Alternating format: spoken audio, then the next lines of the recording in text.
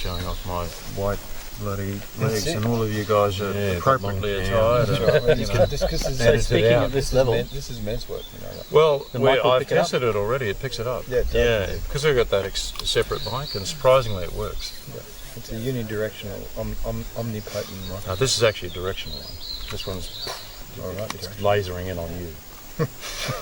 okay. So you do want me to go behind the camera and zoom and pan around? You don't need to do anything. No, You don't can just do sit back and relax.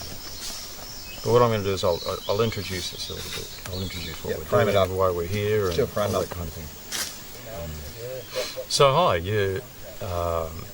my name's Hilton Barr, and I'm from Can to Can. If you've watched other videos, you would have already seen me in various YouTube bits of footage we've got. But I'm here in this situation because I've done quite a lot of men's work with some very, very interesting men. And I've never actually ever shared this with people outside people that do men's work, which is quite a small field. So what we're doing today, in order to spread how effective this work can be, is we're going to start talking about what men's work is. You know, Ian, Kieran, myself, Gary Simpson, and Wolfgang Wildgrace, talking a little bit about what men's work is meant for us. And if you hear voices in the background, it's because we've got a few other guys here, and we've all come to a reunion. Some of us have been doing this men's work for quite a while.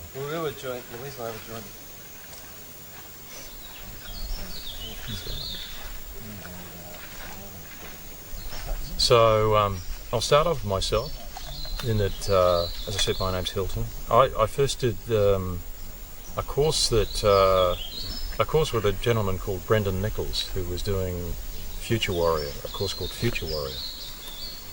And he just dreamed that up, and I thought I'd been doing quite a bit of personal development work, and I'd done it mainly with men and women. And I had a sense that it would be really interesting to find out what it's like to work with men. Come on over. Come in. Just broke that mountain weekend. With the volume turned up, mate. So this is Steve and Hunter. You can see us all gathered there, looking gleeful. Squeeze in a bit more, Hunter. Come up. And they've just been down looking at a teepee which we've got down below here on a guy called Arna Rubinstein's land, and he holds this land for rites of passage work for young guys, and he does all kinds of leadership training. Very inspirational guy, and he's provided this space for us to be here, and he's welcomed us here. He was just here before. Actually, I think now I might just throw over to some of the other guys to talk about what men's work is and what it's meant for them. Perhaps if I could start with you, Gary. Because Certainly. We've been on the journey for a while together. Yeah. So for me, in my first marriage with my first wife Julie, we had 2 children, a son and a daughter. And when we would go out socially, Julie would often introduce her family. She has 3 children, Kane and Felicia, and a grown-up boy called Gary. And it used to get a few laughs and Just keep talking. and really pissed me off. But I also knew at the same time there was a lot of truth in what she said, because a lot of my behaviour was very much boy behaviour. So I was in my mid-30s at the time. I had this full-grown man's body, and a lot of the way I was in the world was still very much boy.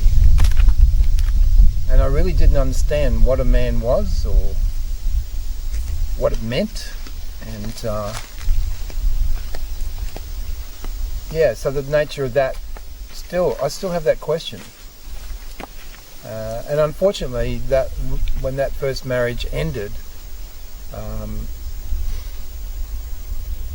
and I hit absolute rock bottom,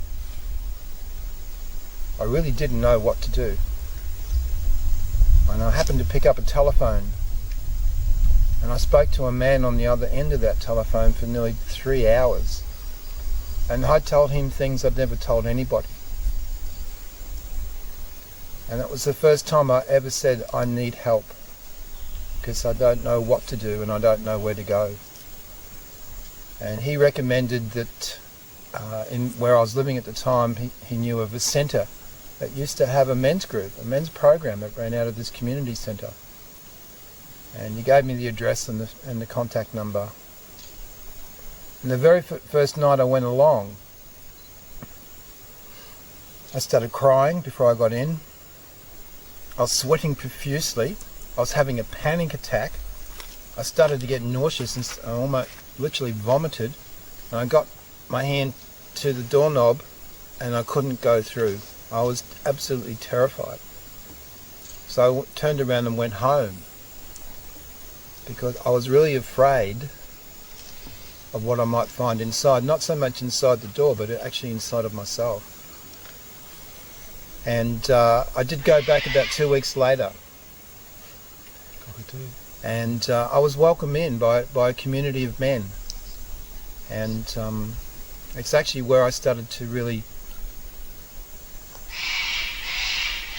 allow a sense of safety and trust to enter and to, Prior to going in there, I'd actually had thought about possibly not being around because virtually everything I'd touched turned to shit at some point, and maybe the world would be better off without someone like me.